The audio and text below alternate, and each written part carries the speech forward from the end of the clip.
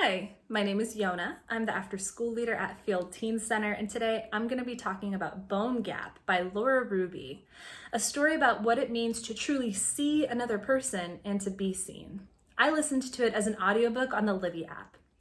I actually saw the physical edition of this book a couple weeks ago on the shelves of the Field Teen Center and was immediately interested because I'm a simple girl with simple needs. I see bees and I'm ready to go.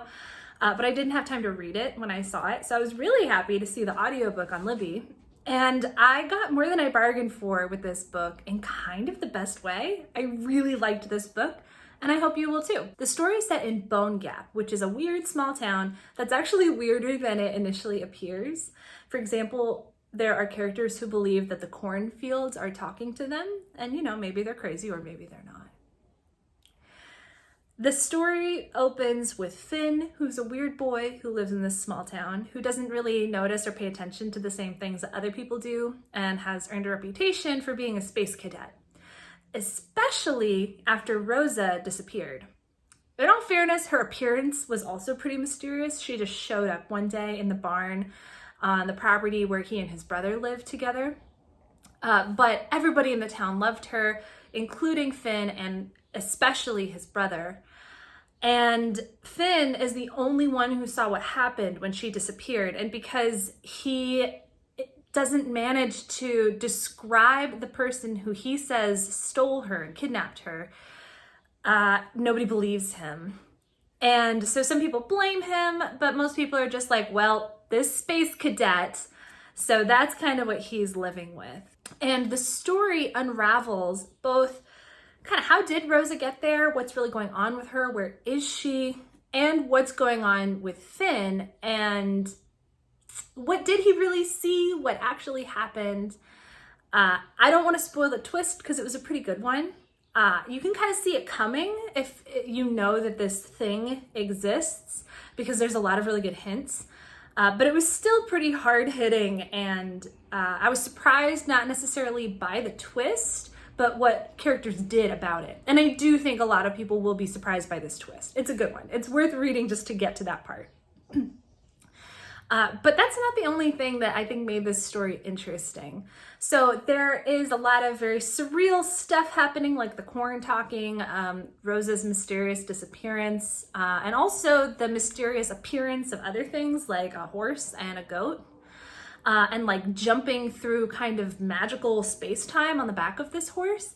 But this story is mostly very grounded in real people and real feelings. I could relate to a lot of them. I was also kind of a spacey kid. And Finn starts to become very close to a girl named Priscilla, though she prefers to be called Petey, who is really interested in bees and is kind of a tough, snarky girl because people don't accept her. They think she's weird looking and they treat her differently because of it. I too was a weird kid, so I related to a lot of the ways she experiences being a girl in this small town. And this uncertainty that she and Finn are both feeling about, like, can I really trust this person? And that's what's really at the heart of this story. So it's got a magical setting, sort of, and a lot of other parts and pieces, but this story is really about how do you know when you can really trust somebody? How do you know when you really know somebody?